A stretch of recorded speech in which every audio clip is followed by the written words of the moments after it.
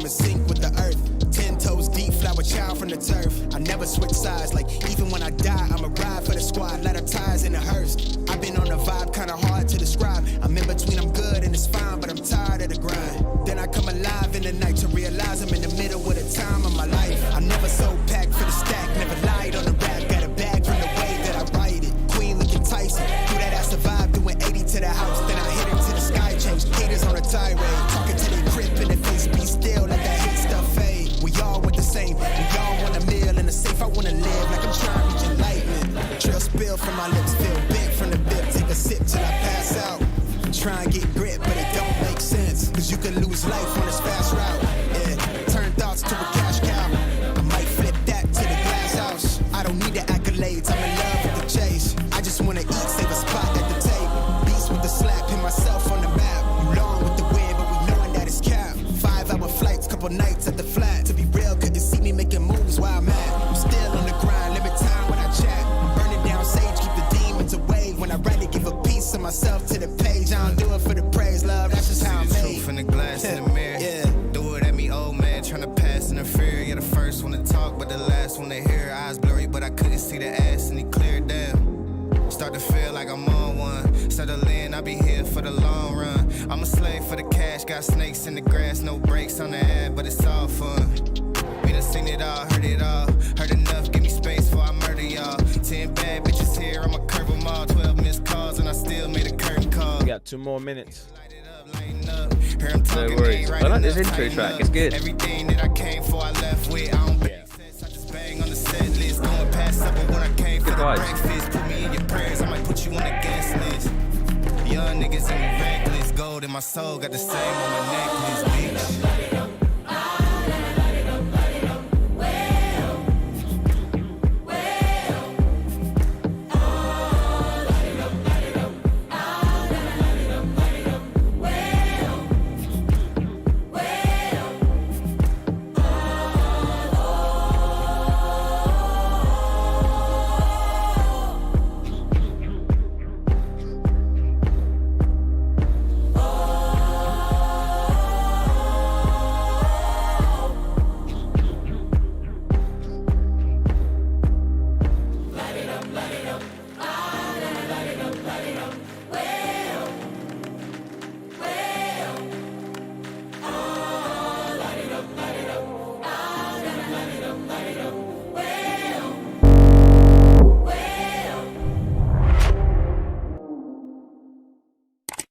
What's up, guys? Welcome back to BlueClouds TV. As usual, flight number 124 airborne. Welcome on board. Like I used to say all the time, today's a special day, and I have a special, wonderful guest with me. And then today we're gonna sit down and talk about 4 main things. One is gonna be the Cats number 9 jersey that I want to know. I want us to sit down and talk about this. Is it really Kez or it isn't? And then we're gonna talk about the winners and the losers of the summer transfer. Then also we have Saul Niguez with Chelsea right now. We want to see how Thomas Tuchel can use this wonderful player, this talented player that can score goals from different ranges and then also defend very well. His inclusion at Chelsea Football Club and how Tuchel can use him. But if it's your first time watching BlueClouds TV, just do me a favor. Wherever you found yourself watching the stream from, smash the like button for me. It helps the channel a lot. And also, we will be taking, in the last section of the segment, which is a show, we will take down all your comments, questions that you're going to put down in the chat. And then my special guest here, which is QB, he will take time to answer those questions for you guys. So without further ado, let's get it rolling. And before I get in there, I have a short intro. I know some of you really know the intro already, but I have to make quick transition from there. So I have to play the intro before I can get myself set up and then introduce you guys to my special guest. So hang in there, don't go anywhere, stay glued to your couch or your seat. We'll be right back.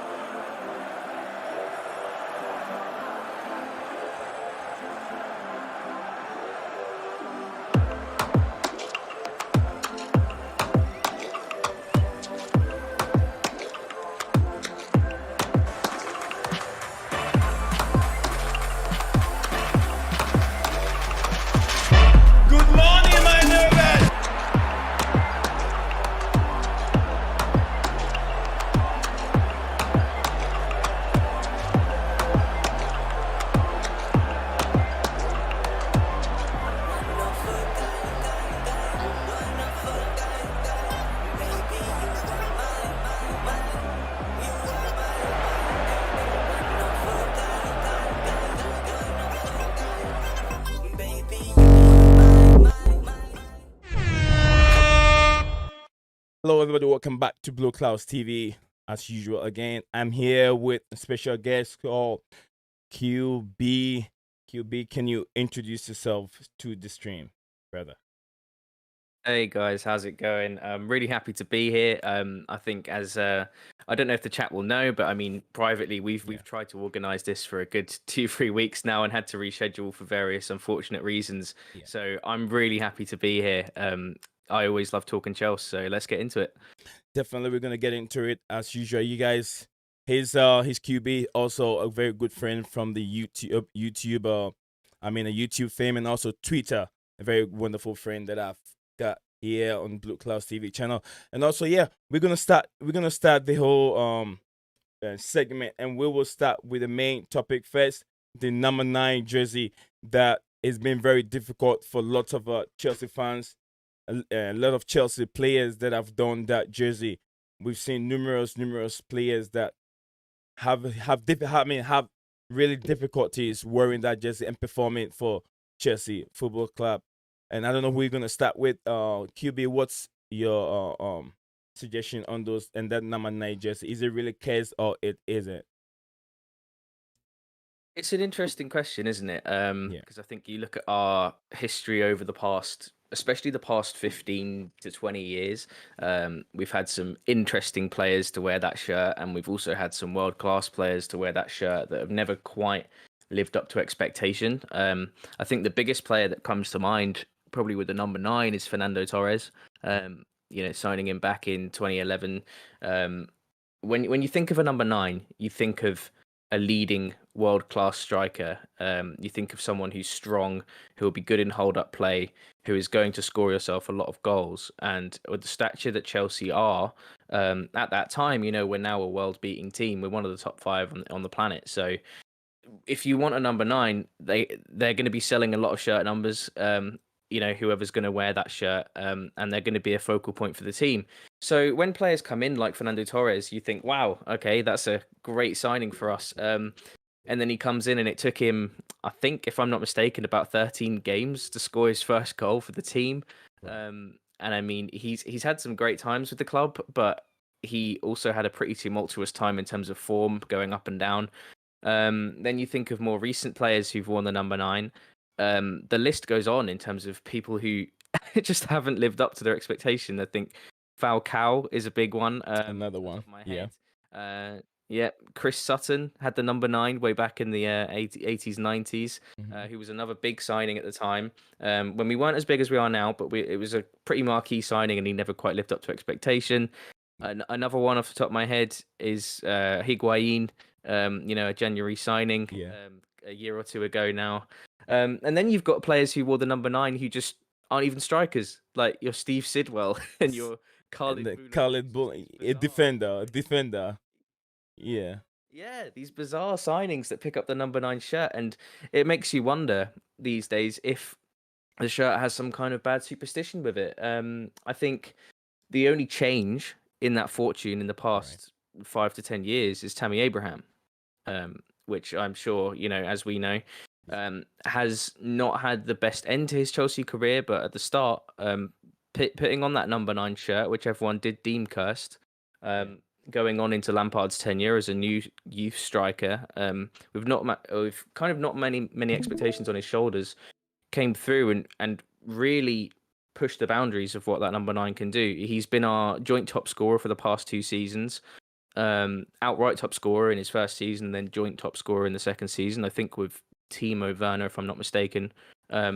So the curse might have been lifted in the past couple of years, but it's not had a great history. Okay. Yeah. With the viewers, I'm just want to go back to share my screen so you guys can see some of the players that have really done the jerseys in the past that haven't really lived up to expectation. And I'm starting from him over here, Khalid. This gentleman is a Dutch defender who joined Chelsea in 2006 and played for a season before moving to Sevilla on a season loan. So he did not live up to expectation at all. I don't think he scored a goal. I'm not sure. that he scored a goal. As a defender, I wasn't expecting I him to don't think score. so. No, no goal at all. And then we have Steve Sidwell, who came in from he's a midfielder, played at Chelsea for only a season, donning the number 9 shirt after leaving the Blues. He moved to Aston Villa, and I'm not sure how many goals he even scored over here. Probably nothing. Didn't see no goal. I want to say nothing. Yeah, he didn't score nothing. Then we have another one here, Franco De Santo. Franco De Santo, also an Argentine forward, joined Chelsea in 2008, but after spending a season here, he moved on loan to Blackburn Rovers. Probably, I don't know how many goals he scored. He didn't stay over here. Then Fernando Torres also came in. It's been ranked from the flop from the top. So the number 1 to so this Fernando Torres is ranked as number 4. The Spanish striker joined Chelsea from Liverpool in January 2011 for a fee of a 50 million euro, which was British transfer record at that time. Fernando Torres played he played till like 2015, and in his final year for his contract with Fernando Torres thing. A lot of Chelsea fans don't see him as a flop, as some also do see him as a flop, but it all depends on how you see the that goal he scored for Chelsea at the Camp Nou. So with that, I take him out a little bit as a flop, but this guy here, Radamel Falcao, he was a flop. I think it was a very bad signing. Oh, mate. What do you think Falcao signing from Manchester United? What do you think, QB? It was an interesting one because I remember his early days when he was playing at Monaco, and he was Right. untouchable. I remember when obviously I was a kid when this was happening. I was a teenager, and I remember his card on FIFA back in like FIFA 12 or FIFA 13. He Yeah. was like 88 rated. He was unstoppable. You all wanted him in your team. And he was just an unbelievable player. He had such an eye for goal. He had pace. He had power.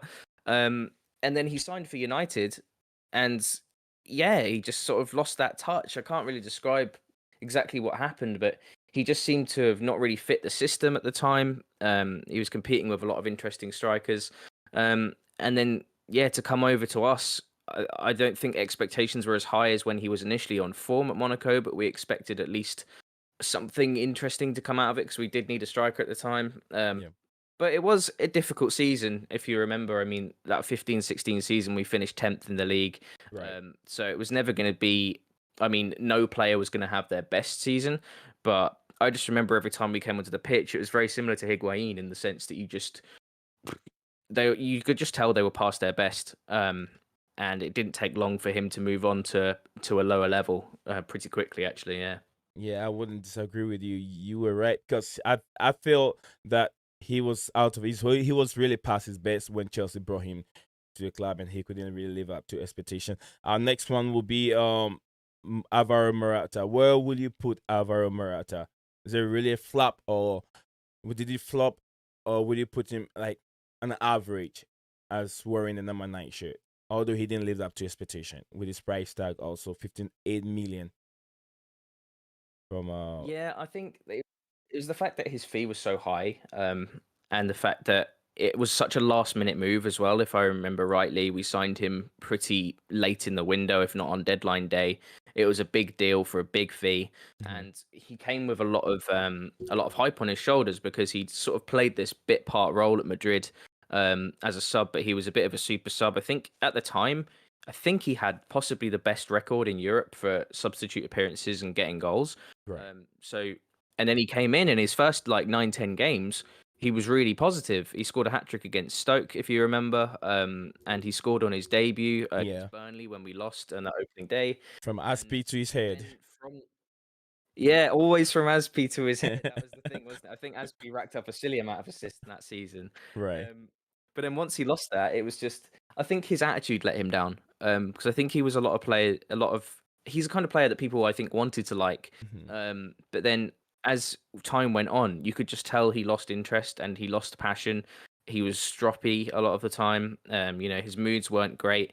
And I think he saw a move pretty quickly after he realised that life in England wasn't what suited him, and I think that angered a lot of Chelsea fans because Right. he was good for a time, but his lack of passion and love for the club, I think, is what drove him away to some extent. Because I think the fans fell out of love with him as much as he fell out of love with Chelsea.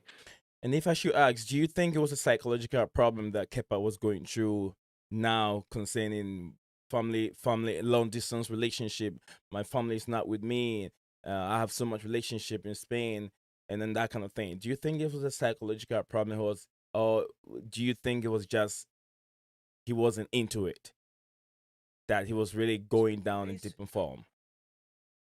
It's possible. It's hard to say. I think as a striker, your confidence levels can vary so drastically, but you have to be almost arrogant in a way, I think, as a striker, because you have to believe in yourself that you will score, especially at the highest level.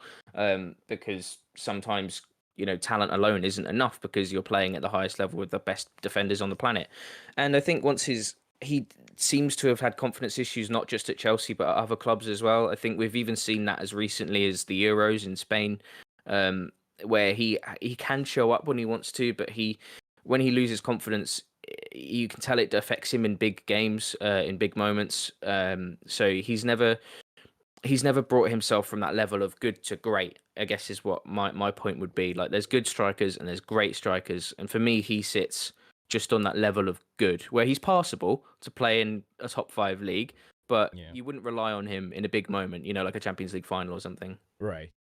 Well, I said now I'll take a little bit of opportunity to acknowledge our fans and brothers that are with us in the chat. I start from the top over here.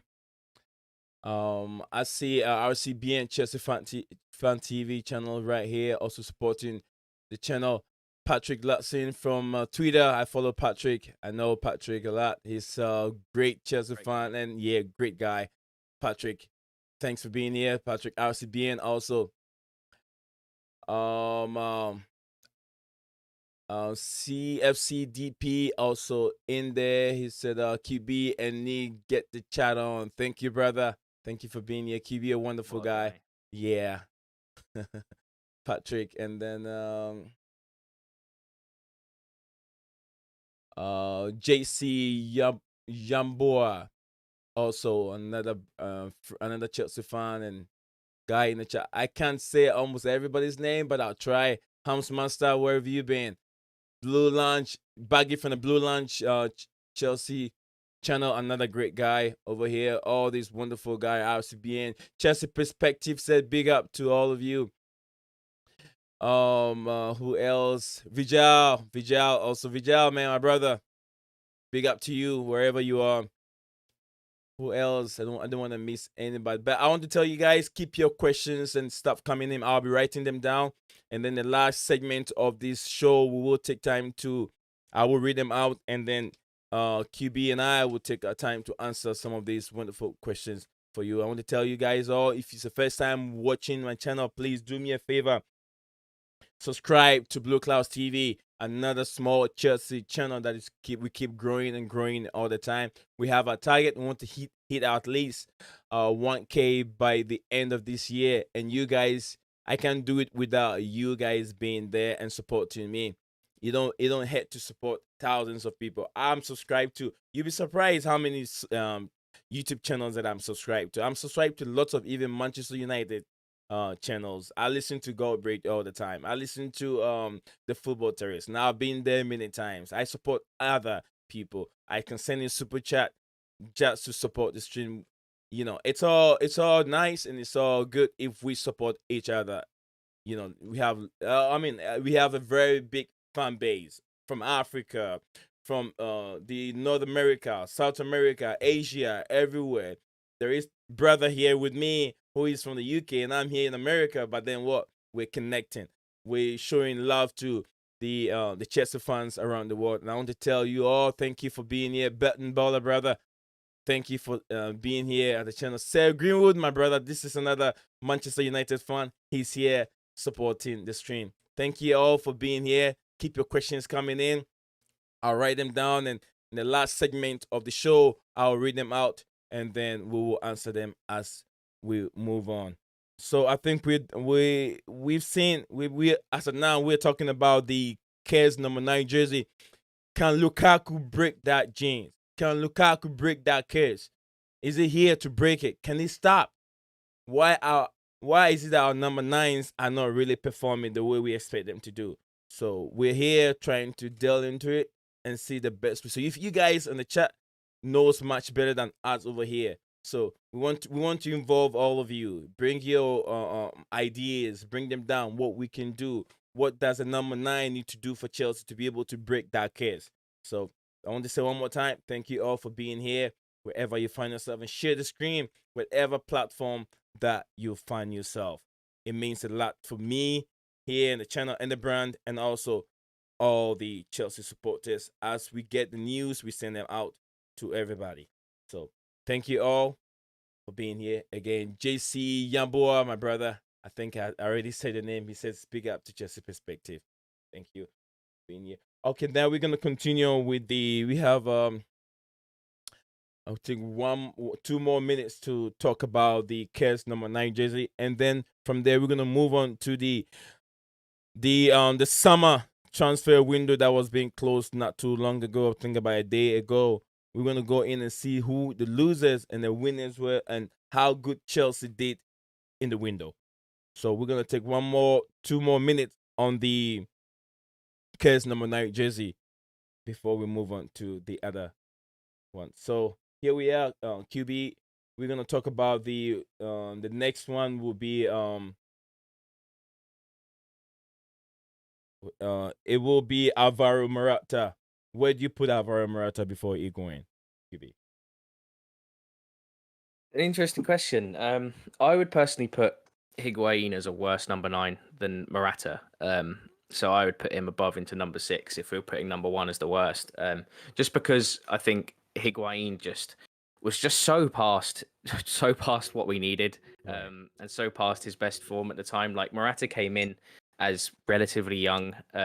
He was kind of approaching his prime years, coming off of a good season, and then Higuain, he'd had a brilliant season not too long ago, and I think everyone expected him to do well again under Maurizio Sarri, because that was the season, obviously, under Sarri, where he scored a silly amount of goals. I think it was like 36 goals in Serie A. And then he came through, and I think everyone expected him to pick up that form and Sarri to find the best of him, and he just never did. He had a couple of decent appearances, but he clearly just wasn't fit. He wasn't in the right headspace, didn't have the right players around him. Even with Eden Hazard about, he still couldn't get enough goals. So for me, he was a worse signing than Morata for sure. I think I agree with you on that.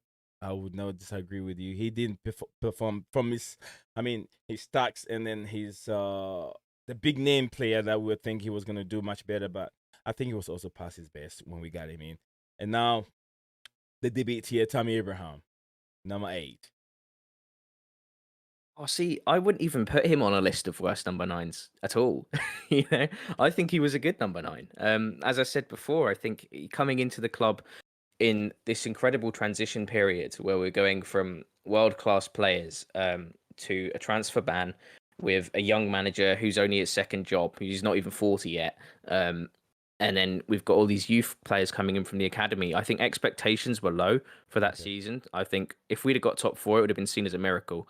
So the fact that he came through and scored 18 goals in that season, and with Mason Mount alongside and with Reece James breaking into the team, he was a real focal point of that 19 to 20 season. And without him, we wouldn't have got top 4. It's simple as that. And then in turn, without getting top 4, we couldn't have won the Champions League and the season just gone. So, it all comes full circle for me. I think he got incredibly unlucky in the last season with Tuchel. I don't know why Tuchel wasn't interested in him for whatever reason. It was clearly at Project Restart, obviously, Giroud started to play more football and scored some great important goals for us. And then in the following season, we moved to this new formation with Tuchel, and we started using Havertz as a false 9 instead of a main striker. So I think it was unlucky and perhaps a touch unfair for him to not even be in the squad in the final Champions League game. But he was a quality signing for me. The fact that he was joint top scorer last season, barely playing any games, is either a reflection on how few goals we scored, or the fact that he is actually a good striker and deserves more respect for me. Yeah, I think you're right. I mean, I knew the reason why I was also fuming when they sent him on loan. But I think if I really love Tammy Abraham, the best thing that we have to do for Tammy Abraham is to send him out because he looks like he was out of favor and he wasn't really doing what Thomas Tuchel expected him to do. So the best thing was to let Tammy go, and then so he can get more development under Jose Mourinho, who is really good with training or bringing up players that really play with their back against defenders or the pole. So yeah, the last one is gonna be on who's next? It will be on number one. I don't think we can say much about him, but we can say a little bit of expectation that if he can Lukaku, the question will be, QB, can Lukaku break that curse? Then right after you're done, I'm gonna go back to the chat and read out some of the questions that has to do with the Lukaku curse. Then I will we'll move on from there. What do you think? Can Lukaku do the business? I mean, he's made a fast start, scoring a goal against who was it against now? Oh my days, I've completely forgotten. And he did that Crystal Palace, and then That's the one. no, he didn't play against Crystal Palace. He scored against Arsenal. No. Arsenal. Yeah, that's the one against Arsenal. Yeah. How I can't believe I forgot that. That's like that stream of brain when you Big watch game. a stream and you suddenly it goes out of your head. I won't cut you off. As he's been tagged as a guy that don't score goals against the big teams, but he did this time. What do you think? Yeah, exactly. And I think against Liverpool, he was unlucky because once we went down to 10 men, he's just not seeing much of the ball. But even then, he still managed to almost create an assist for Kovacic because his hold-up play is just incredible. It's improved so much in the past few years. And I think culturally, Chelsea's team is centered now around this kind of, as we've discussed, this like focal number 9. We need someone who's strong, who's a bully, who's aggressive, who's powerful, who's going to make a mockery of defenders because we have so many small, agile players in behind in that attack, especially now when you've got like the Havertz and the Mounts and the Werners who love running in behind and using a bigger striker. Lukaku suits our system perfectly. Like I initially would be the first to admit that I was more interested in Haaland over the summer. But now I've seen Lukaku in the Chelsea shirt and seen what he can do just in a few games. He suits our system so well. His hold-up play is phenomenal. His link-up play with the attackers, he's come in seamlessly. He seems to have built a chemistry of players. I mean, we've already seen him being good mates with Reece James and players like that. Like he lives and breathes Chelsea, and I think that's what we need for a new striker. So I would be happy to put money on Lukaku scoring at very least 15 Premier League goals this season, if not even 20. He's an incredible player, man. Yeah, I just saw yesterday's game that he played against the other team. The way he hold on to the ball with his back against defenders, turn around and score, make that placement. It was so wonderful. You know, as strong as he is, you know, it'd be very difficult to bully him. So yeah, we're gonna move on and then read some of the comment that has to do with the curse number 9 jersey. And I've been looking out there. I'm looking and trying to see. Hey, not to forget Ikem Ogushola, my brother. Nice to see you here too. I forgot to mention your name. Probably I skipped past your name. Come on, I'm trying to find out any question that has to do with the number 9 jersey. If not, then I'm gonna move on.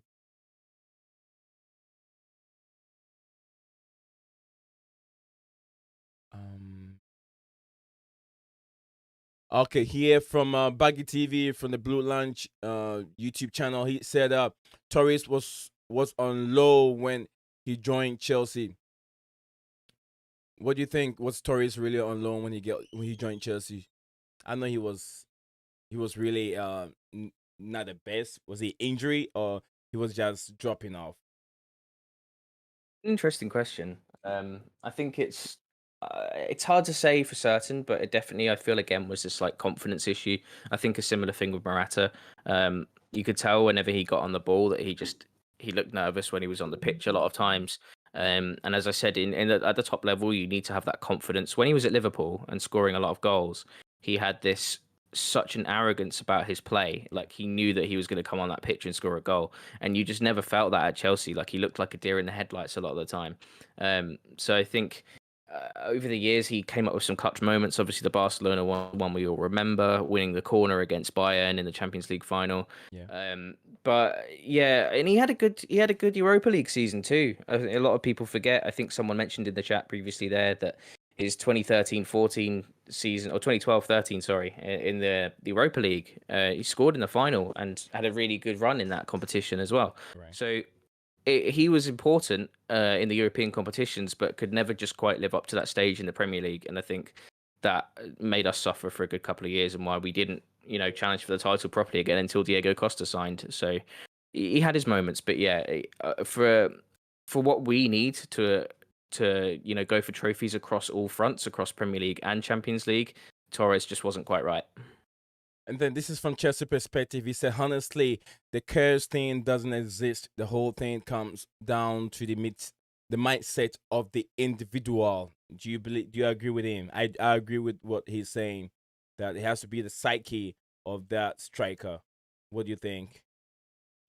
Yeah, I can agree to an extent and disagree as well. I think it's like I mean, I'm not one to believe in like superstitions too much, so I don't believe in like a juju thing, like he's been like cursed by someone if you put on that shirt. But that being said, I think the number 9 does now have some connotations with it at Chelsea relative to other clubs.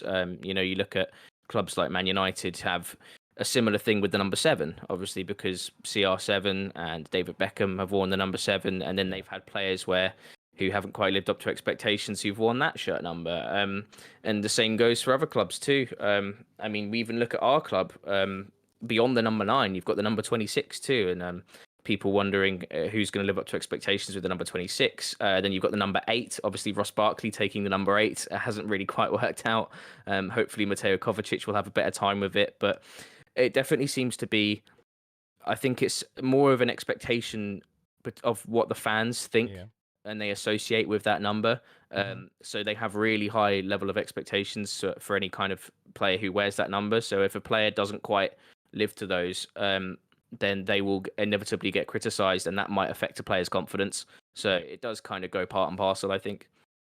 So if I should ask you, if you were Thomas Tuchel right now, would you prefer giving the number 11 jersey that has been an outstanding jersey number in Chelsea Football Club to Romelu Lukaku instead of going for the number 9? Although he plays as a number, he plays as a number 9 though. But does the shed number really matters? Does it really matter? I think for a player like Lukaku, it probably won't matter too much, because he has this confidence that our other strikers in the past just don't seem to have. He lives and breathes the club. He knows what he wants. He knows what he can do. He knows what he can achieve. And he seems to fully believe that. So I think you could give him the number 9. You could give him the number 99. It wouldn't make a difference. He would still be a brilliant player. So I'm happy with him with the number 9. And I mean, for the club, financially, it's good as well, because they're going to sell an awful lot of number 9 shirts with Lukaku on the back. Yeah, just like I said, I don't see Fernando Torres as a flop. And then Baggy TV from Blue Line TV said Morata had his problems at home. And then also Vijay said that Torres wasn't the flop, but Falcao was signed past. He was signed past his prime, and we got deceived. That is absolutely, Falcao was a flop. Yeah, we were really deceived. Here says RCBA says yes, lots of folks undermine Torres 2013 season. I think that's what you read about when he was wow in the Europa League, when Bar was eligible, but the expectation was so big. Of course, the Barca win. Absolutely, I always see that Barca win as when he really, really, really live up to expectation. Although the boos that came on him, they'll go for that Camp Nou, go really wipe away everything. And then also another brother here says, remember the game clinching goal from Torres at Camp Nou. Yeah, that's what I was also talking about. Again, Chelsea perspective said it all comes down to the mentality. I've said that one.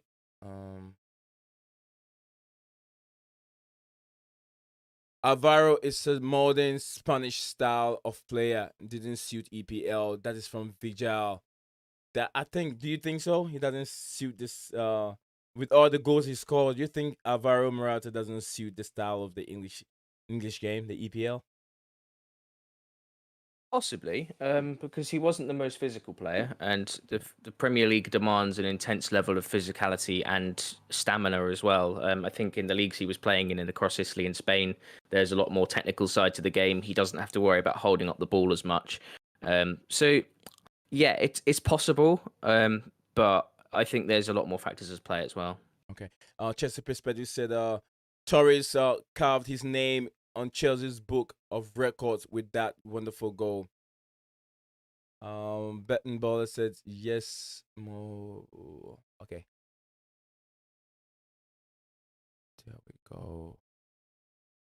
Okay, guys, so I'm gonna move on. I'll still bring some of the questions in. It's a lot of questions here to tackle, but then we're gonna move on to the next segment, which will be the winners and the losers of the summer window transfer.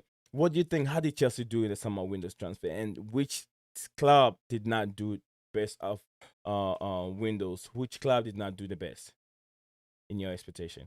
I think Chelsea's one is an interesting one because I've heard various debates across the board, but for me personally, I would be giving that window, if we're talking out of 10, probably an 8 to a 9. I think we covered what our priorities were in the window. What we needed in the club was a striker, and we needed a defensive midfielder. Right. And we've covered both of those bases with two players, one of which is a top 5 striker easily on the planet, and the other one is one that hasn't quite been on form in the past few years, but could easily be one of the best central midfielders in world football in their prime.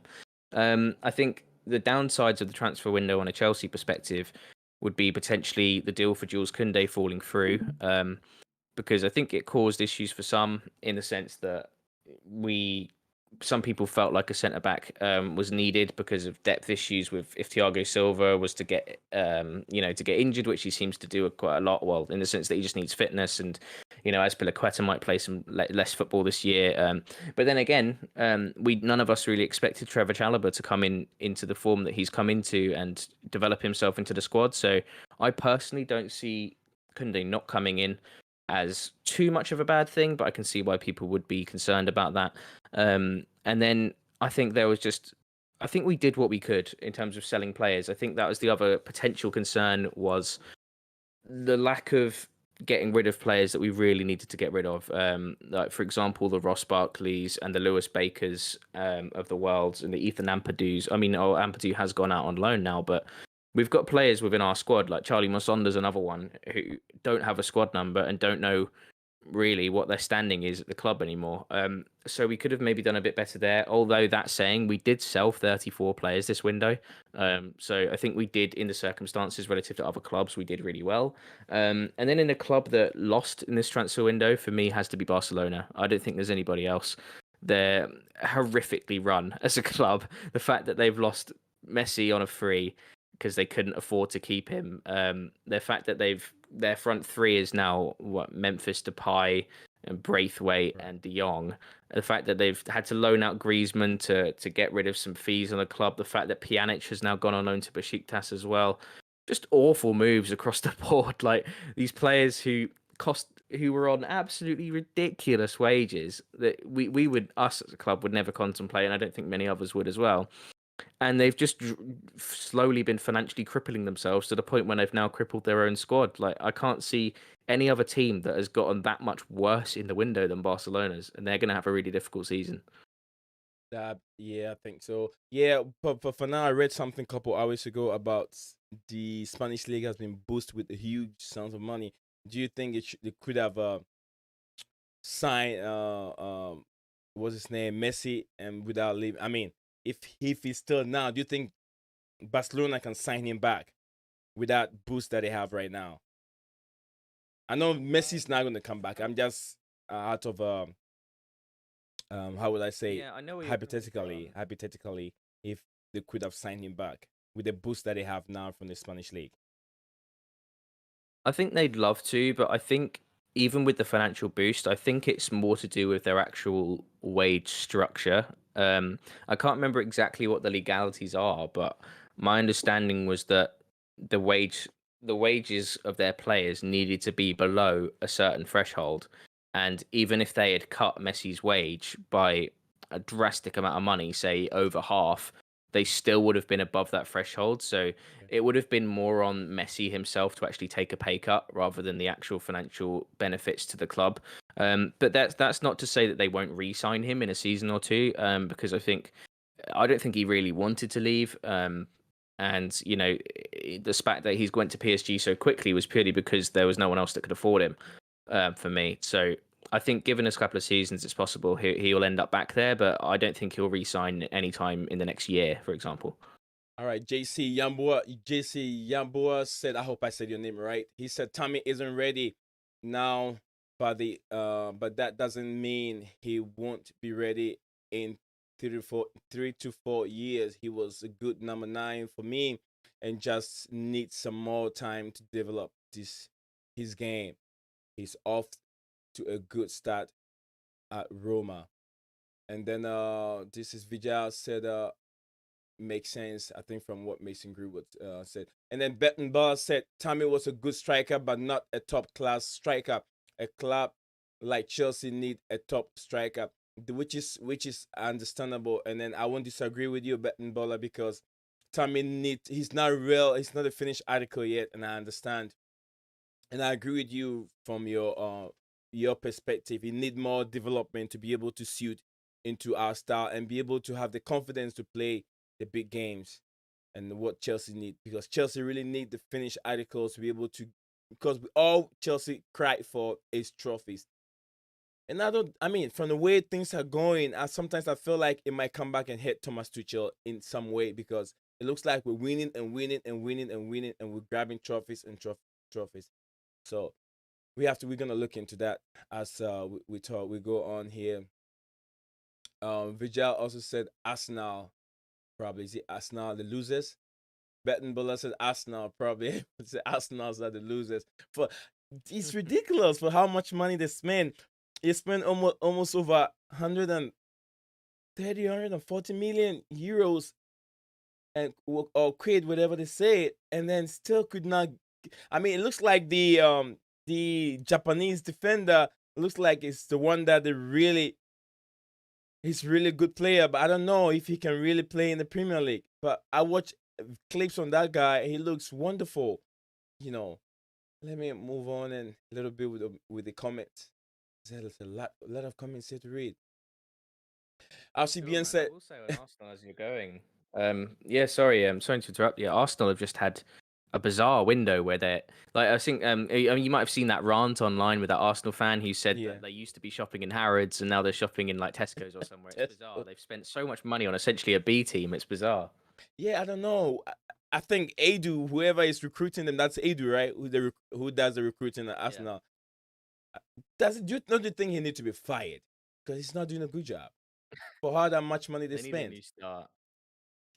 Yeah, and I also think as well the Cronkies, the owners of the club, need to reassess how much money they're releasing for these transfers, because at the end of the day, it's their decision what money gets released for certain transfers, and Right.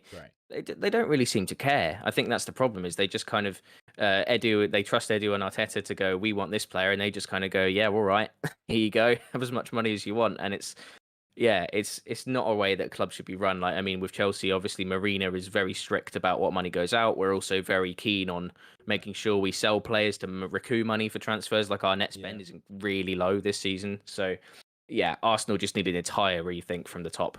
Bettenballer said Torres was damaged goods. Chelsea did not even do a proper medical on I think on him. Liverpool could not believe their luck when we played that much. We played that much for him. I think he said when we paid that much for Torres, Fernando Torres. Patrick Larson said knee and QB are killing it. Great ball knowledge.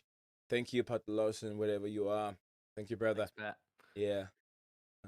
Look, said Greenwood said Lukaku will do it. Believe it. Believe in him. I believe. That's what it's that's another Manchester United fans. He believed Lukaku would do it.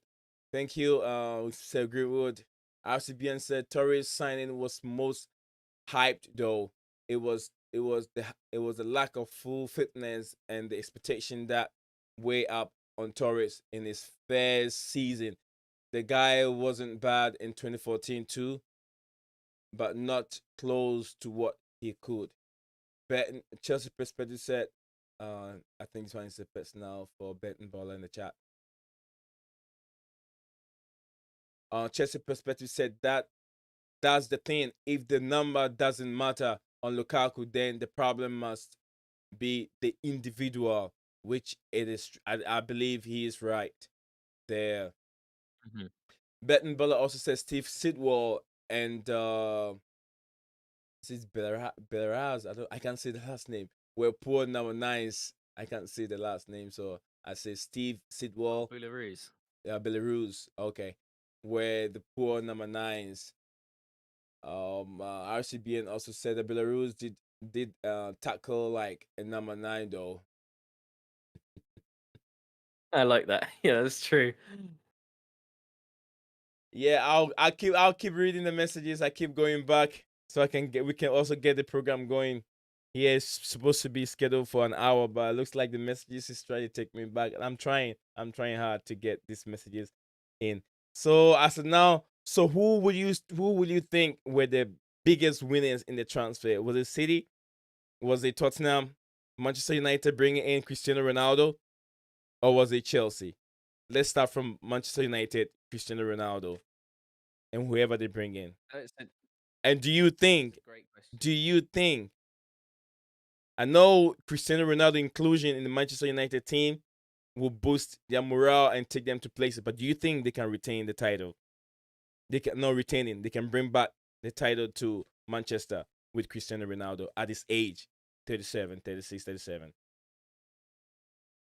It's a great question. I mean, the thing is, Ronaldo will run that team now. I think it's not Ollie's team anymore; it's Ronaldo's team. I mean, he's a leader, and he has an ego the size of a small country. Like he will be ready to take that team by the scruff of its neck. I mean, he does the same with Portugal now. I mean, when you look at Portugal play at the Euros, I mean, back in 2016, he's shouting instructions from the bench. So I think he will be important. I think he'll score a lot of goals. I think that's inevitable. I mean, Ronaldo is so physically fit; he can still easily play in his prime until he's at least 40. I think he takes incredible care of his body, and he's not really lost a touch of pace. He's been able to adapt his position from a winger to a striker quite comfortably. And he's the best of the best. I mean, no, other than Messi, obviously, no one really comes close. In terms of world strikers right now, I guess you could argue Lewandowski's perhaps a bit better. Some Chelsea fans would argue Lukaku's a bit better right now, but I don't know if they'll be able to retain the title because the thing is, I've had discussions with other Chelsea fans, and I think Matt Law, who writes for the Telegraph, brought up a great point on the Premier League title this season. Is that none of the title rivals that we have exactly what they want. If you think about it, in the sense that Man City, for example, they don't have a striker, which is something they desperately need. I mean, obviously they've scored a lot of goals without a striker, but it's something that they don't have that focal point up front anymore. And they don't have that guaranteed 15 goals a season from Aguero anymore. So that could be an important reason why they might not win the title. Liverpool didn't replace Jorginho Wijnaldum, who's obviously since gone to PSG. And they haven't really signed anybody, with the exception of Konate, who's not even played a senior game yet for them. So, I mean, they're relying on Van Dijk as kind of like this almost like new signing, so to speak, coming in and helping out. But their attack still is, one would argue their attack could be past their peak. And then you look at United, and they still don't have a defensive midfielder. Obviously, they have the man in limited minutes. The task. So it seems to have died. Give me a second. Yep. Yeah, I think QB is having technical issues, but yeah, he's gonna resolve it, and then he'll get back to us. Whilst he's out for a little bit, I'm gonna take time and read some of the messages that I have here from the chat, or the comments on the chat. He has said,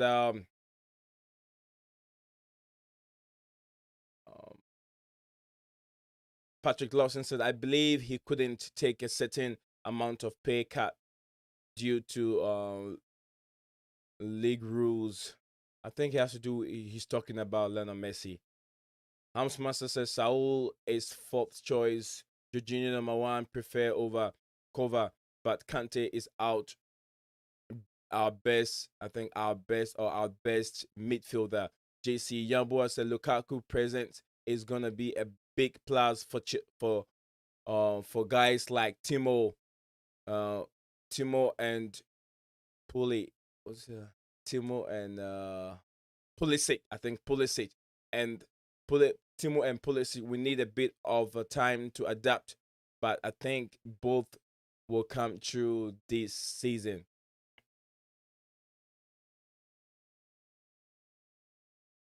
Let's use this one instead. Can you hear me? Yeah, I can hear you. In a minute. Brilliant. Yeah. I'm sorry, I think my webcam seems to have died. That's my only thing. But as long as you can still hear me. Yeah, we can hear you. That's okay. Okay, we apologies. can. That's okay. Trying to go through some of the messages that keep coming and coming. RCB, the Chelsea perspective said that at this point, United isn't complete.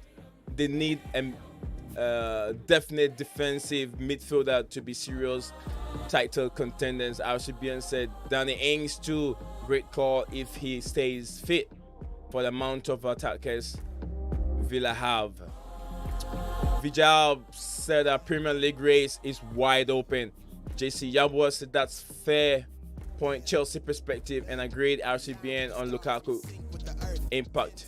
DJ Sab, also nice to see you here, brother. DJ Sab said big up to my G. How are you all doing? We're doing great. We're doing wonderful here. We're chatting Chelsea, the curse jersey, and also the losers and the winners of this past summer transfer window.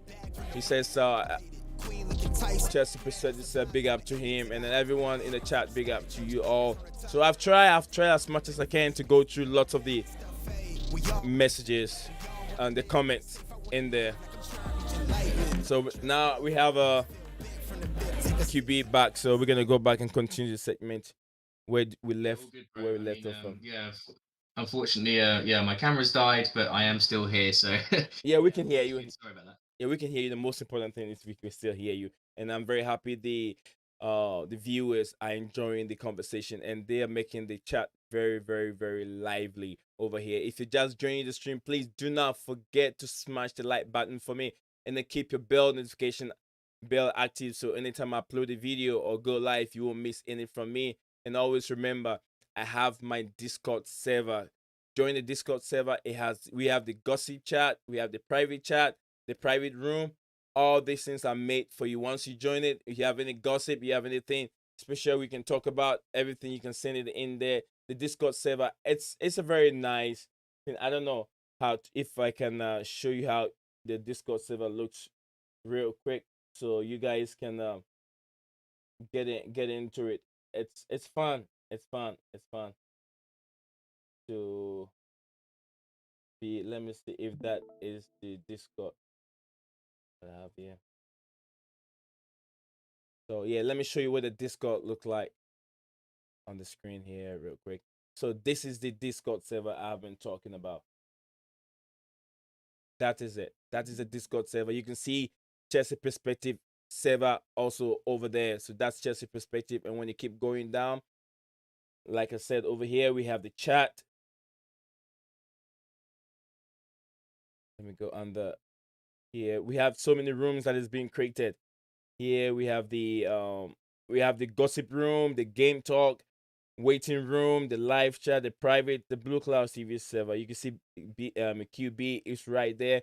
As I have, it's very fun. You can keep it there if you want to be able to be part of the show and call in when we go live once in a while. Just do me a favor. I have the Discord server link in my description. Just subscribe to it or join it.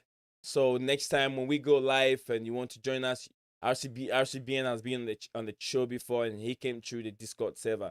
I think sometimes you need high definition of maybe strong internet sometimes, but I think they've been the guy that created the Discord server. He's been working on it, so he wouldn't have to draw so much of a high flow internet to be able to use the Discord server. So guys, get yourself into it. It's fun. You see so many stuff over there.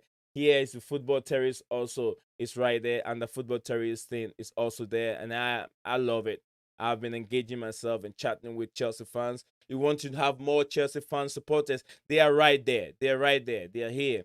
Enjoy conversation. Look, sack Ateta warning. It's all there. This is from the football terrorist Discord server.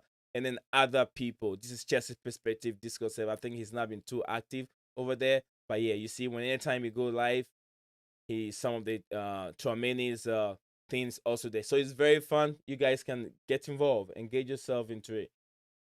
It's nice to be part of the Discord. So now we're gonna go ahead and continue with the segment. Okay, QB. So where did we left off? I think we're talking about the losers, and then the winners of the summer transfer.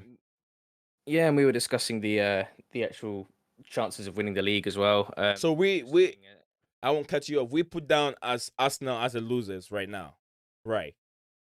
Yeah, we got Arsenal. I think Arsenal and Barcelona. And Barcelona, biggest losers of this window. So let's talk about the three biggest winners of the summer transfer. If you're adding Barcelona, it means that you're trying to do the whole of Europe.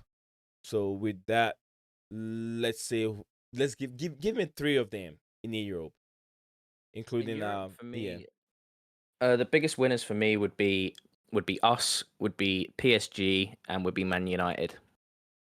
Okay. How about City?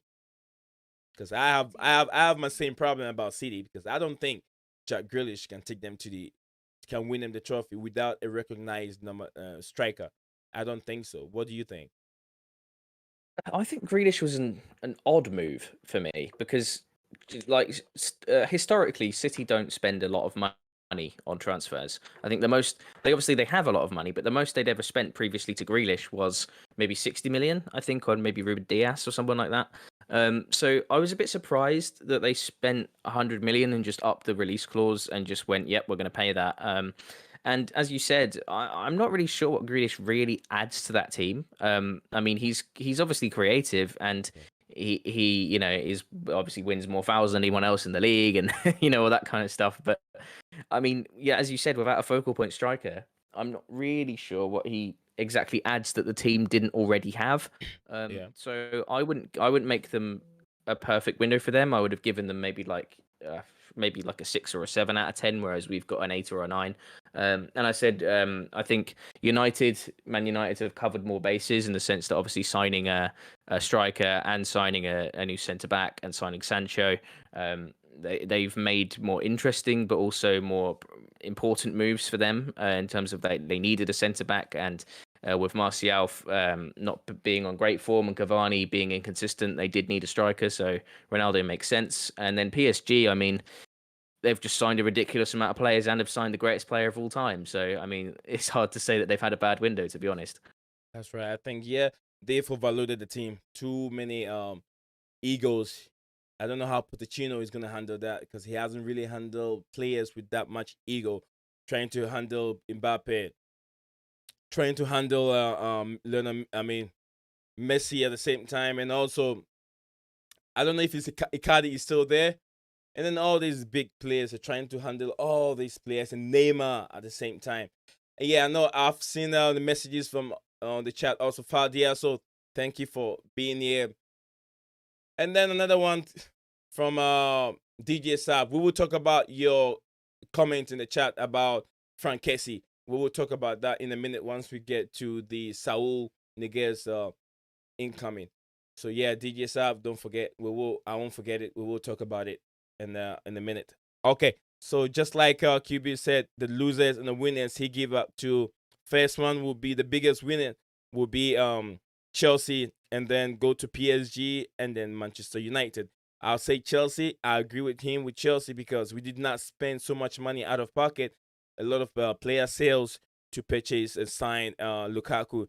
And then also having Saul Niguez in the team on loan, because I know Saul has his problem right now. He's deep in form, but then he's a player that we know he can do it when being coached well. He was played out of many positions at Atletico Madrid, so we know. I don't want to go too much into it because it's another segment that we are going to talk about. So I'll leave that out. Saul's coming in with the option to buy 40 million next if he's done with his loan. So yeah, we will talk about that later on. As I tell you guys, I'll also try as much as I can to go through all the comments. We're gonna go with the next one. Will be the incoming of Saul Niguez. QB. Yes. Yeah, so he's a player, as you've discussed before, who's not had the best past couple of seasons.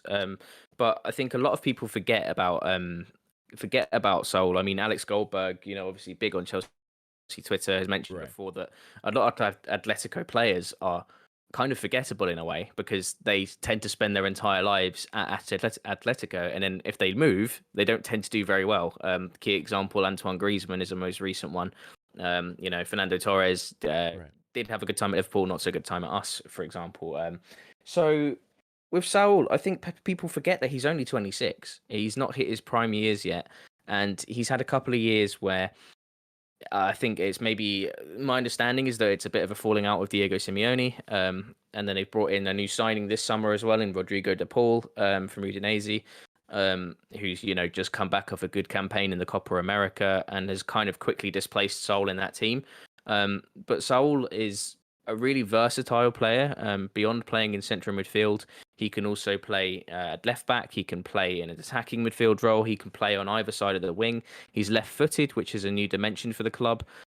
He's quite attack-minded too. I was reading the stat from the Athletic that he had 18.1 touches. I don't know how you can have 0.1 of a touch, but apparently he had 18.1 touches in the attacking third per 90 minutes last season, which placed him in the top 25% of central midfielders in the Liga last season, which is, if you think about our midfield, you look at goal-scoring midfielders, Jorginho scores penalties and that's about it. Kante can occasionally, but he only scores ridiculous worldly goals. And then Kovacic, the less said about his shooting, the better. So the fact that we have someone who can actually score a goal now, or at least have an eye for goal, adds a new dimension to the team. And I think as well, I mean, even you look at as recently the fact that Kante is currently injured and Kovacic and Jorginho are both coming back from, back from an international break. So they might not be fully fit to go get a full 90. I mean, Kovacic barely plays full 90s as it is. Saul might integrate into this team quicker than we realise. He might even start against Villa in our next game. So he's a really important addition and something that will be really important for us winning the league this season. Yeah, you should be right because right after the international break, lots of players will not be ready to, fully fit, and then long distance traveling from wherever they're coming from back to England, and then get into that game. So yeah, we'll be very happy because Saul is ready. He's been training. I've watched his training already, and it looks like the guy is ready to go. But I'll say something over here. I know Saul has been with the football club since age 9 with the Atletico Madrid, and also have a long contract. He just signed a long contract in 2013-2014 season for at least, was it 9 years? 9 years to 20 9-year contract. That's ridiculous. 9 years. It is ridiculous. Just like what Harry Kane did. Now he can't get himself out. But something really happened. Something really happened to Saul Niguez in a game against I think in the Champions League game or super either Europa Cup game where there was a clash where he felt something in his liver. He had a problem where he tried to play the game till halftime, but after that he went down and deep in form because he was suffering from he was having a liver problem, and he even went to the point that he tried to take away that liver, and then his coach and then managers told him he cannot play active football without one of his livers gone or something like that. So I don't know. With that happen, it brought his game down. He couldn't see things right. He was having psychological problem. Then also, the reason why Saul did not really perform very well last season is it got to a point that Diego Simeone changes his style of play because of the attacking players that he has. He's trying to go in a different way, trying to move away from Catanaccio to another style of play, which really was not suitable for Saul. He lost many, but I mean, anytime he gets the ball, he loses so many balls, and even had the chance that he created penalty against his team, which really brought him down. But since he got back to his winning way, he started playing very well. And then, do you think that Chelsea has really taken the gamble on Saul since also it's a loan? Do you think the deal that we have on Saul is the best? I think I was listening to the Londoners Blue Pod who discussed a similar topic, whether it's a bigger gamble for us or if it's a bigger gamble for the player. And I tend to agree that it's actually a bigger gamble for the player because he's, as I said, historically Atletico players who move to other clubs haven't done particularly well. He's at a stage in his career where he's about to hit his prime. And I think he's at a crossroads now where if he hits top form again, he could be a top player at a top club like Chelsea for the next 5 to 6 years. If he doesn't hit that level and he stagnates, he's going straight back to Atletico where he's not really wanted. And it's no doubt that his level will dip. Whereas for Chelsea, we've signed a player who, let's not forget, a few years ago, Man United were looking at him for more than double the money we will potentially sign him for as an option. Our option of 30 million for a player who has a potential to be one of the best central midfielders in Europe is Right. a steal on our side of things. And a €5 million fee isn't too expensive. And it also opens up our transfer options next year. If Saul doesn't quite live up to expectations, that's fine. He goes back to Atletico. We look at other options. We look at, a Declan Rice, which a lot of people have talked about, or Jude Bellingham or Aurelien Tchouameni or any of these other players. So for us, it's relatively risk-free. It fills a hole that we needed to fill. If he's great, brilliant. He could be a good player for us at a very cheap price for the next few years, very similar to Kovacic. And if he's not, no worries, off he goes. So that's fine by me. Yeah, I think it's a good deal because we didn't really pay all out for him. We're gonna try him as a loan player. If he really do well for us, we can buy him. If not, we can send him back to Atletico Madrid. Yeah, so I think it's a good deal for Chelsea Football Club. Do you think Chelsea bringing in Saul Niguez will save Kante's leg since Kante's having injury issues and we have lots of games to play? Do you think his replacement or Saul coming in will help the midfielders, which is Iguala Kante? Because he described, I watched his interview and he described himself as a box-to-box player. So what do you think? Yeah, I think statistically and speaking on his personal side, he seems to come across as an attacking-minded box-to-box midfielder. So I think that does complement what Kante offers because Kante is defensively minded, but is obviously box-to-box, and Kante needs that help. I mean, Kante would be the best player in the world if it wasn't for his issues with it, constant injuries. Because the injury he got as well was the exact same injury that he'd had a few weeks ago that had resurfaced in his ankle. So he's clearly got problems in that sense. And you think about if we progress through all these competitions that we're in and we actually do get to the finals or at least the high level of all of them, we're playing potentially over 60 games this season. That's just impossible to play with only 3 midfielders. So signing Saul was vital because he complements what Kante can do. He complements what Kovacic can do. If Kovacic is out, Saul's a great replacement because he's progressive on the ball, attack-minded. He's a good dribbler, likes a short pass, doesn't really... And then he can complement Jorginho because Jorginho likes to look for long passes and spread the play, whereas Saul will keep it tight in the midfield, and he tends to statistically play more shorter passes than long balls. So he has a good reason why he could fit with each potential player in our midfield. And obviously he's a higher level than someone like we could have had like Billy Gilmore, who's obviously out on loan at Norwich now, or someone like that, or even bringing in an emergency option like Reece James or Trevor Chalobah into centre. Are you there? Are you there, QB? Defensive midfield. Saul Okay. fits that position better. It's where he. Can you second me? Yeah, you're good. I can hear you now. All good. Where did I get cut off? Apologies. I think you just continue. I just think to sum up, I think he complements every midfielder that we have, Right. and against against the defensive option going in there like a Reece James or a Trevor Chalobah, Saul is better suited to that position. He obviously wants to play there. So I think he's a really important addition to our team. And I don't see, even if he doesn't have a great season, I don't see how it could potentially be even a bad move, just because it's, as we've discussed, it's very risk free, relatively speaking. Yeah, I understand. That makes a lot of sense. As CBN said, it's an option to buy, so it worth the gamble, which is right. And then nice to see Bobby's nice to see Bobby in the chat, and also Hilbert, my Man United fan. He said, yeah, he said we good selling the CR7 shit. Oh yeah, more money, but nothing good on the field. I think he doesn't agree.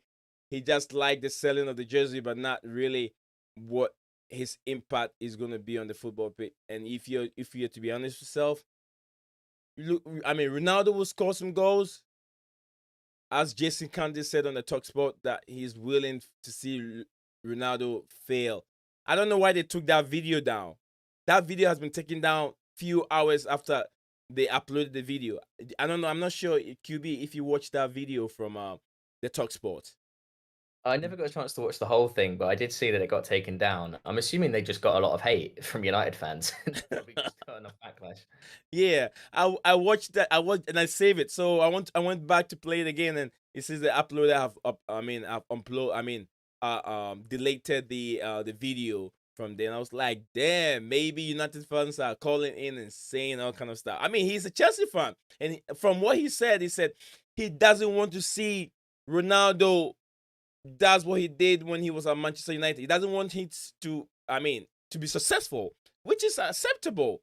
It's just like he's a rival fan, and there were other rival fans over there, and he asked him, "Do you want to see you as a Tottenham fan? Would you like to see Ronaldo succeed at Manchester United? Meaning he's going to score goals against you and against him as a Chelsea supporter. So he doesn't want him to succeed. He wants him to fail. And then I don't know what happened. It took it down. Oh my goodness. It's bizarre because like it's a not unreasonable answer at all. Why would you? It's like us saying, "Oh, I'd love Gabriel Jesus to score 5 against us next weekend" or something. I don't know. It's just Right. weird, isn't it? Right.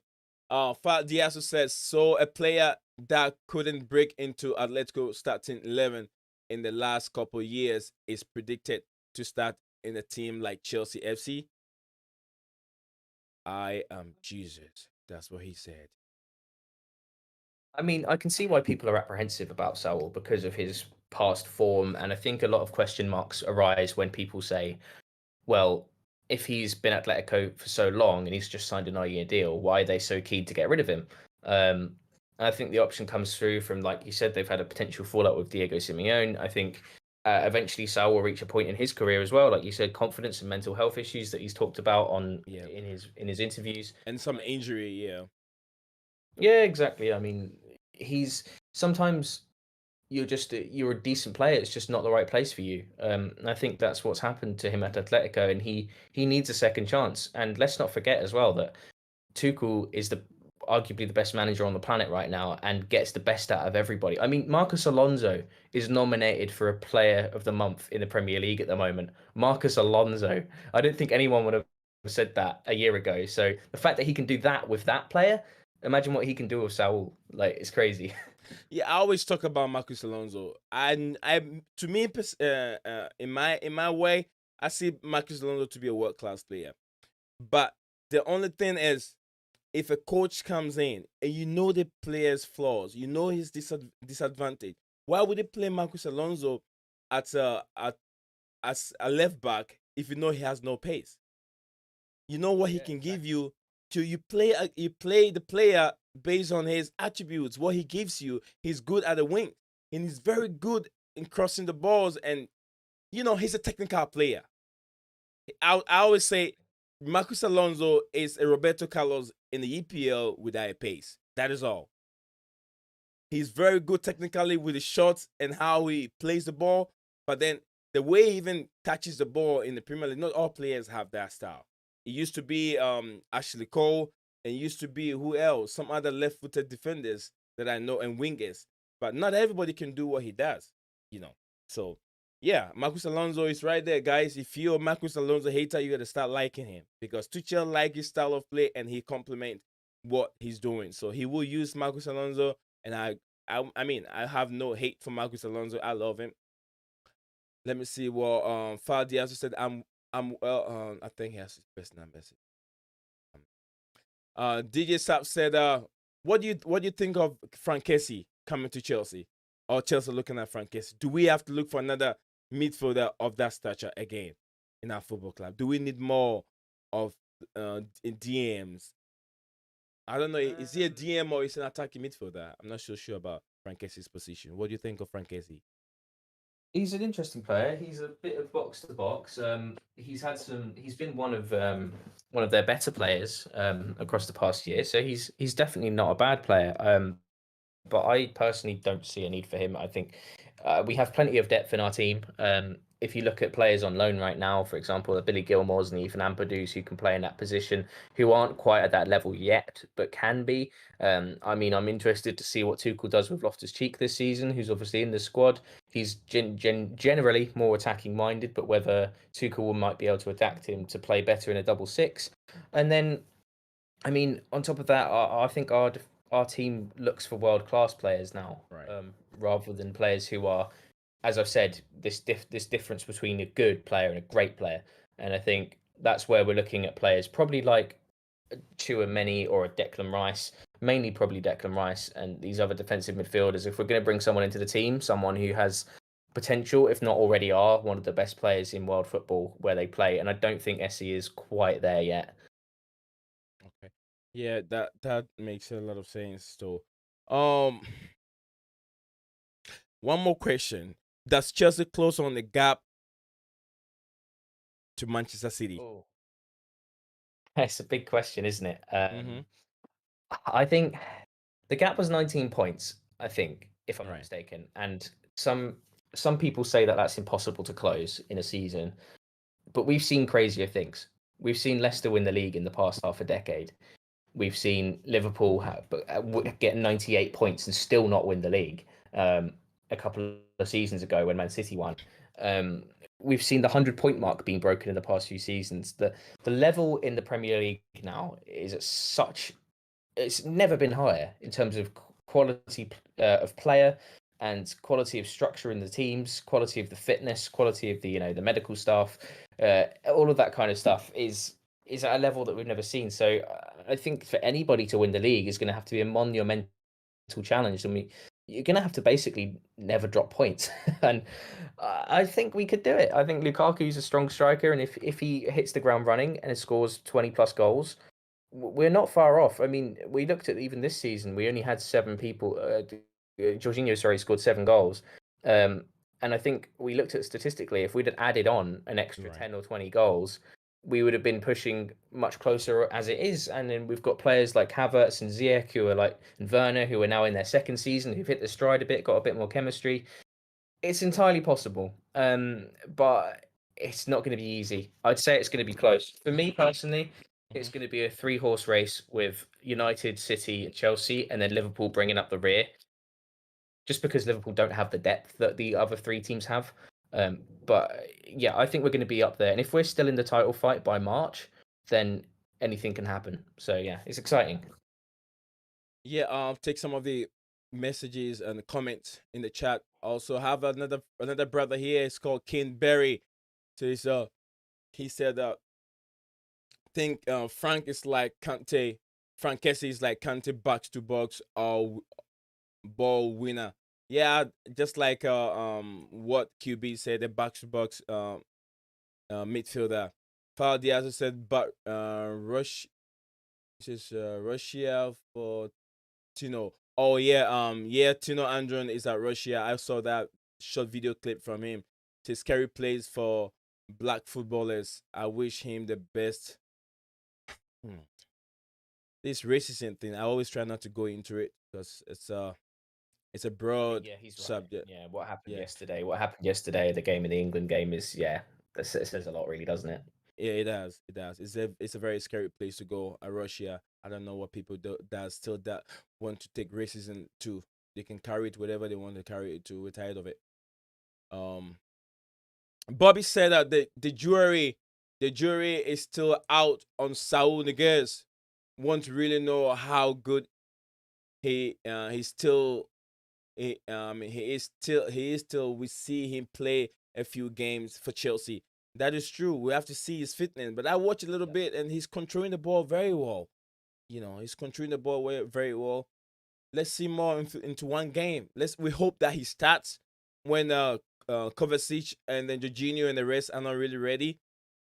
We hope that he starts, and let's see what he can provide for us.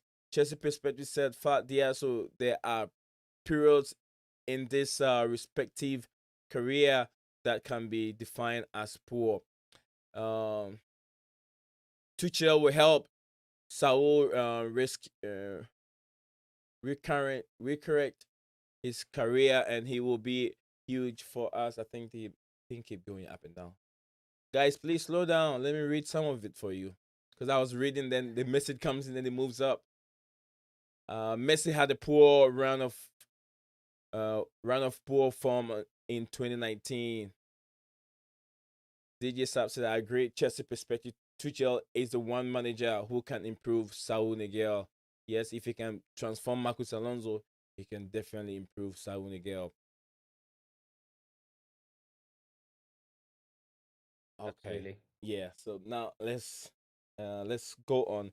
So yeah, let's move on with the gap close up. I think that's where we are before I read the messages. With the gap close up, QB. Yeah, I think Are we the number one contenders? if I had to say yes or no with a gun to my head, I would say yes. I think Lukaku and Saul could be a massive addition. And I mean, although United have CR7 and they have Sancho, they have Varane, I think we have much better depth. And I think we have the ability to go the distance. As I said, I think if we get to February, March time and we're not out of the race yet, I think anything can happen. Yeah, I'm also happy with the inclusion of Saul Niguez, because I mean, watching so many clips from him, he's a guy that rely on finesse, left-footed player who can score goals. Look at that fantastic goal he scored against Real Madrid. Real Madrid with a bicycle kick, and also the solo goal from him against what's this German team? Bayern.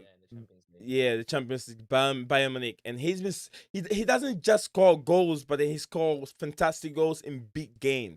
And that's what I'm looking for. Now I'm looking for a Chelsea player in the midfield that can get us more goals. If Mason Mount give us that number of goals that he got for us last season, and then we have Saul, because I don't foresee Jorginho or Kovacic giving us more than 7 goals a season. I don't see it. They haven't really shown me any signs that shows that they can really get us that many goals a season. So yeah, if Saul is being played and with a double pivot with Jorginho, I mean, if it goes on well, man, I'll be very happy he can get. I'm just looking for a midfielder that can get us goals, so there won't be so much pressure on Timo Werner. There won't be so much pressure on Lukaku to get us goals, because if Lukaku is being marked very well and he's not getting us goals, then where is the goals gonna come from? QB, what do you think? If Lukaku is not getting us goals, where do you see our players? Who do you think he's gonna give us goals? Um, your probably best alternatives would probably be Kai Havertz, who's obviously played in the false nine position in the past. Has really found his eye for goal and picked up his form towards the end of last season. Had a good Euros as well. Scored against Arsenal in pre-season. He's probably a good option. Someone who I think we expect to score at least 10 goals in the Premier League this season. Yeah. Mason Mount does need to get better. I mean, he has improved his finishing, but still there's work to be done. And then I think another outside option, I think you have to look at Werner as someone who, again, Timo Werner needs to improve next season, or the season going forward. But I mean, we've seen the videos in training of him recently scoring some great goals, and I mean, he scored it for Germany yesterday as well. So I think if he can work off of Lukaku, as we said before, use Lukaku as a way to get other players in behind. Timo should feast. Timo had a great season when he played with Patrick Schick and I think it was Poulsen, the other one he played with, where he scored 28 goals in the Bundesliga, playing off of bigger strikers. And Lukaku's miles above Patrick Schick, so I could see Werner having a good season, but he needs to be honest, because if he doesn't, then I don't really know what the Chelsea really could do with him. Like he might need to look elsewhere at the end of the season if he's not really picked it up. Well, some of our fans in the chat said they don't believe Chelsea are favorite, but they believe they are contenders. Well, for now, with the transfer that we've been through, we've gone through just a couple days ago, you could tell that it put Chelsea as being favorite, or maybe strong contenders. I agree with you, Chelsea perspective. I agree with you. Helbert said Chelsea perspective. You guys are favorite. Well, you see, a Man United fan is telling you we guys are favorite. So let's take it. Bobby said Lukaku can play every game, which could expose a lack of depth in the central attacking area. What do you think, QB? Because Lukaku cannot play every game. No, I do agree to an extent. I think that's probably our one hole that we didn't really fill was maybe a backup option as like a true number 9. I think Havertz is going to have his work cut out in order to fill that position As a false 9.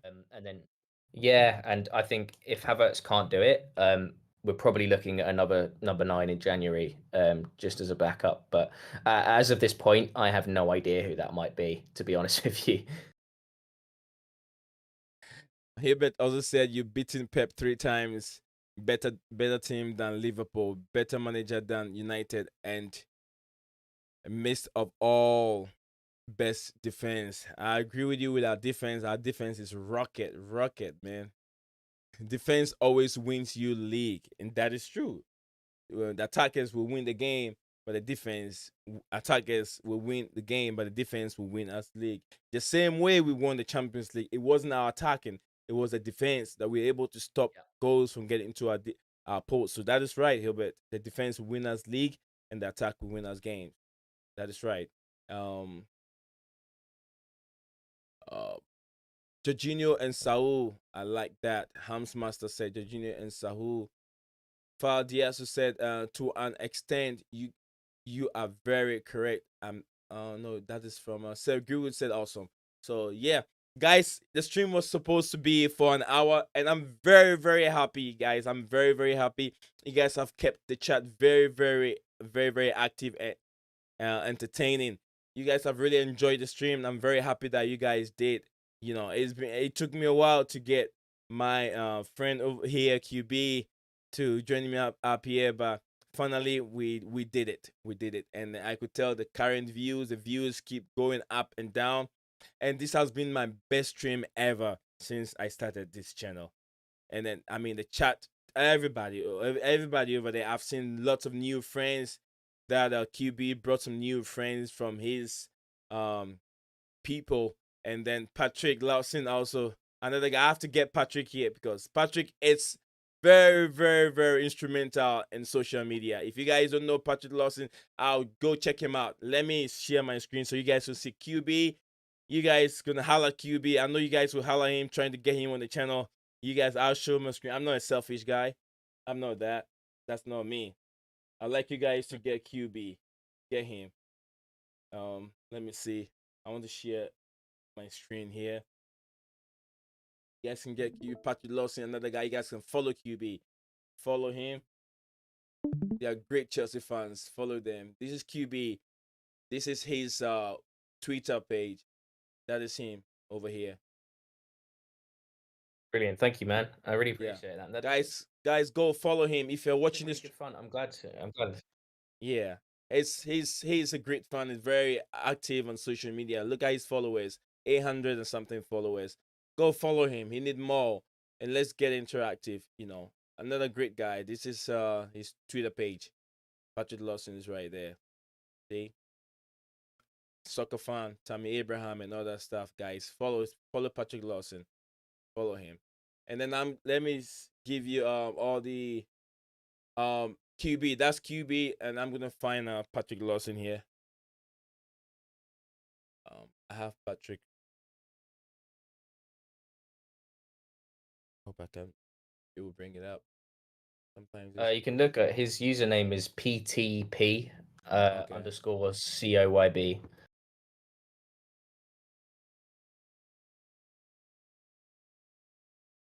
There is Patrick. There you go. Oh, what did I click? Something else. Must have clicked another button. Yeah. Patrick is right there.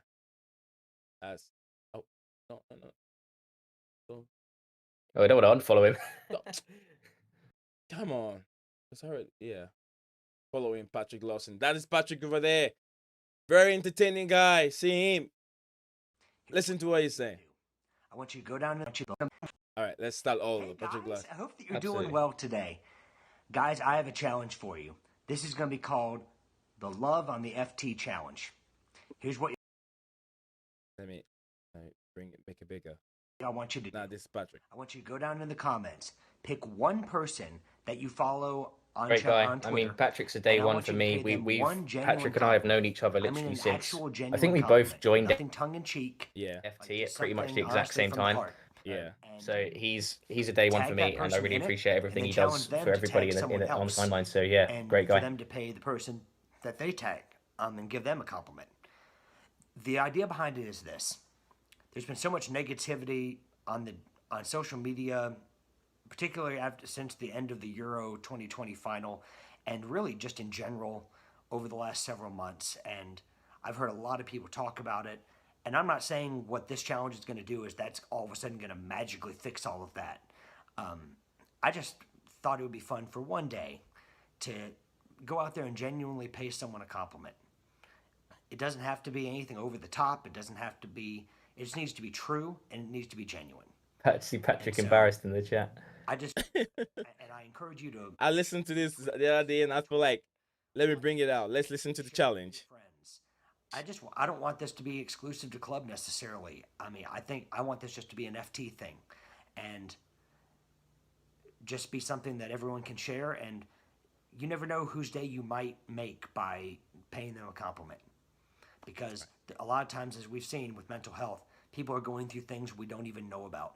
Very It's educative. important that we're kind to each other, that we treat each other as fellow human beings. That's right. As I said in the Absolutely, tweet man. earlier, each and every one of you matter. And you all deserve to be treated with dignity and respect. And I hope this is one small way through this challenge that we can start doing that. It's a way to change the conversation. It's not going to magically fix everything or all of a sudden make everything better. But it's a small thing that we can do to try to show love and respect to fellow humans. So I challenge you to do this. I encourage you to act on it. And I can't wait to see what happens from this. Come on, you Blues! There you go. Come on, you Blues. Another strong Chelsea fan, Patrick Lawson. Thanks, Patrick, for being part of the show and also have us so many friends over here, Chelsea Hey guys, I Perspective. hope that you're doing well today. Um, Guys, I have a challenge for you. This is going to be called Another friend here, Chelsea Perspective. You guys can check him out here. Trying to pull him up here. That is Chelsea Perspective. Also here, you can follow him up here. Another great guy, another strong Chelsea fan. He has a very good content, you know, scouting for Chelsea. And also another fan over here, RCBN, also great guy. Also there. And then our wonderful friend, also Baggy TV from the Blue Lounge. Guys, follow them up. They are great, great guys. Baggy has a very big, huge channel with lots of followers. Follow Baggy from the Blue Lounge YouTube channel. And then also I have Bobby, I think Bobby on YouTube, right? Yeah, Bobby's also there. You guys can follow him. Another great, wonderful guy who supports almost every small channel on YouTube. He will come and support you. He's a very great Chelsea fan. He's been with Chelsea for quite a long time. You know, I don't know his age, but when he talks with knowledge and wisdom. So guys, check him out.